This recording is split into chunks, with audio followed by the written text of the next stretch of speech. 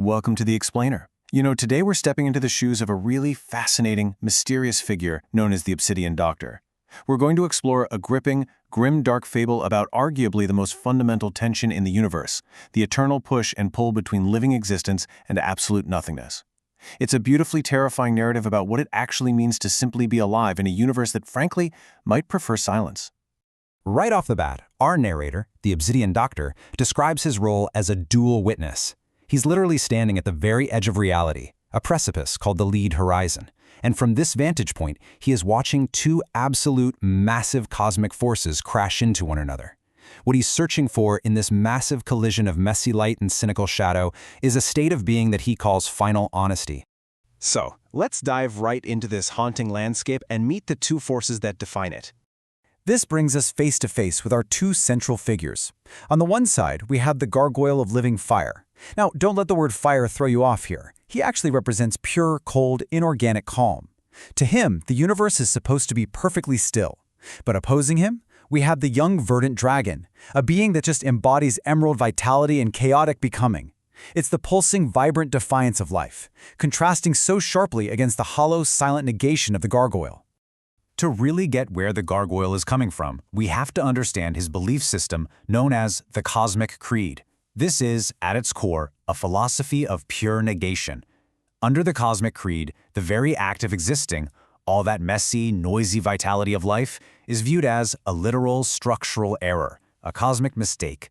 The ultimate goal here is to unmake existence entirely, just stripping it all away to restore a perfect, undisturbed quiet to the universe. And that brings us to this absolutely crucial concept of borrowed debt. According to the Cosmic Creed, life isn't a gift, it's a theft. Every single breath you take, every heartbeat, is essentially warmth and energy stolen from the inorganic void. It's an unauthorized withdrawal. And the gargoyle? Well, he's basically the universe's ultimate cynical debt collector. That debt has to be repaid in full through total dissolution. Reducing life back to fine gray powder is the only acceptable way to achieve that final honesty. So, how does one actually go about repaying this ultimate cosmic debt? Well, it requires an inverted journey.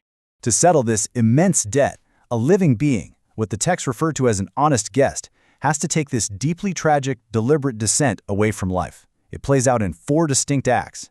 Step 1 is abandoning the roots, giving up the painful, constant effort it takes to grow. Then we hit step 2, oxidizing the scales. This is where you trade the vibrant emerald live vitality for the cold truth of dust.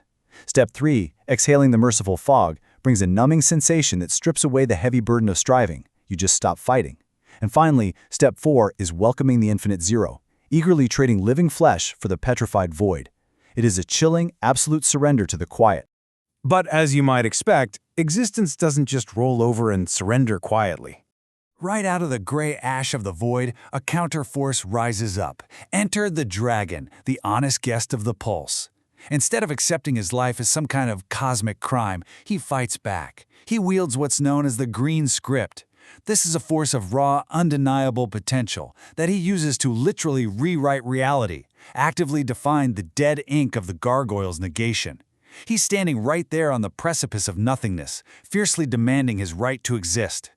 The dragon completely rejects this cynical ledger of the void. His internal monologue is essentially a roar of defiance. He declares, "I am the honest sound of chaotic becoming." He argues that his emerald vitality isn't a debt at all. Actually, if you think about it, his life is the very thing that gives the gargoyle's silence any meaning in the first place. Without the noise of life, the silence of the void is just, well, it's nothing. There's no contrast. He fully, unapologetically embraces the beautiful, messy chaos of living. And watching this dynamic unfold leads us to the ultimate secret hidden within this fable.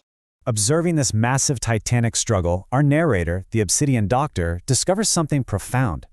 These two forces, they aren't actually meant to destroy each other. First off, there's mutual definition. Just like we said, the dragon's noise is what gives weight to the gargoyle's silence. Second, we have the truths. Yes, the silence of the infinite zero is the absolute truth of the end, for sure. But the persistent pulse of life is the absolute truth of the passage. So final honesty isn't just about turning to dust. It's actually found only in the coexistence of the messy light and the cynical shadow. They are literally two halves of the exact same whole. The text described them so beautifully as adjacent bubbles in a cosmic foam. They share a single wall right there at the edge of nothingness. Both the gargoyle and the dragon are honest guests because they've abandoned the illusion of eternal hope to just embrace exactly what they are. They are two honest parallel realities, and they're just walking side by side across the lead horizon. So, as we wrap up this explainer, I want to leave you with a bit of a provocative thought. When you look at your own life, do you see it as this desperate, exhausting fight against the inevitable silence? Or, like the Obsidian Doctor, can you learn to witness both the dragon and the gargoyle within yourself?